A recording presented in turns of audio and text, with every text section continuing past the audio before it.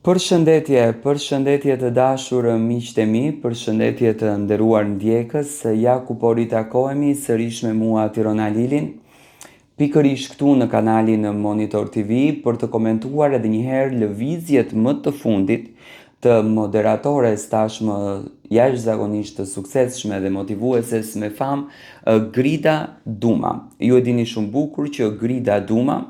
së fundmi ka qenë shënjestër e mediave e portaleve, mos e them vetëm e Medias Ros, por e të gjithë mediave në përgjithësi.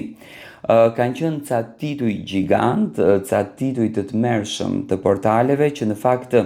ngritë një alarm për një zënk të mundshme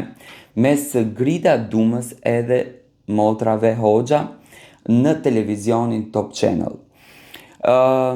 Ndoshta një lajm që ra ndesh me një intervistë që realisht Grida bëri, ku ndoshta nga intervista u keq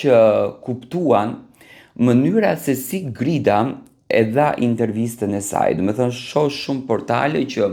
kanë shkruar që Grida Duma ka dhënë një intervistë ku do me thënë ka dhënë detaje që mund të largohet apo është larguar nga televizioni Top Channel, gjë që në fakt unë pash një lloj amaterizëm, që nuk është se kanë dëgjuar intervistën me detaje dhe kanë analizuar intervistën me detaje se çfarë në fakt ka thënë Grida Duma në këtë intervistë. Fillimisht njëherë, unë mendoj që në një tavolin ku punohet dhe në një tryez ku shtrohen mendime të ndryshme, me patjetër që mund të ketë edhe konflikt mendimesh në aspektin se si do të vi puna e emisionit të Gridës, do me thënë çfarë standardi të ri mund të ofroj Grida për emisionin e saj, a pajtohen motrat Hoxha apo nuk pajtohen, do me thënë lufta mes kësaj tresheje, le ta themi, mund të jetë pikërisht për këtë pikë, nuk ka tjetër luftë që Grida mund të bëjë në televizionin Top Channel, por nga informacioni që kam unë, do me thënë Grida vazhdon të operojë në televizionin Top Channel dhe do të ketë një sezon goxha të ngjeshur edhe të fuqishëm. Tani të kthehem pak te intervista. Në qoftë se Grida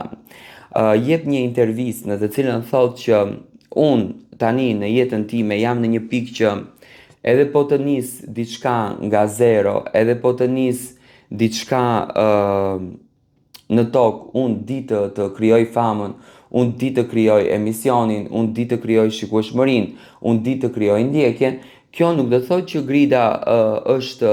e larguar nga ky televizion, por jo, Grida tregon që do me thënë ka kapacitetin dhe ka mundësinë që të jetë e suksesshme. Ne kemi parë një podcast që është jashtë atij televizioni dhe ka një ndikim jashtëzakonisht të lartë në shoqëri, dhe Grida